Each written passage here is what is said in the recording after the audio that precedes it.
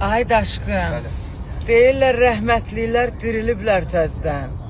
Elə olur. Enerjiyə gəlmisiniz. Elə bilirsiniz, gəlib mən çatmır. Ayaz Salayev, başlayıram sizdən. Ayaz Salayev. Məni gördünüz, salamlaşırsınız. Hüdü. Özünüzə gəlin. Yaxşı?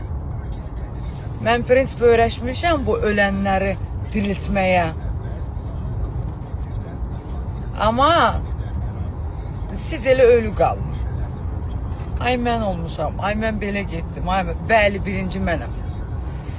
Bəli, hər şeyin ən gözəlini, ən layiqincə edəni mənəm. Çünki oxuduğum kimi də ürəyim var. Bildin? Hadi oradan. Ya adam kimi herkes bir-birini dəstəkləsin, sevsin, əlini sıxsın. Ya da ümumiyyətcə adımı belə çəkməsin kimsə. Başa düşdünüz? Kimsə nə pula gedənindən tutmuş artıq qazana bilməyənə qədər. Başa düşdünüz? Hamımıza aiddir ya.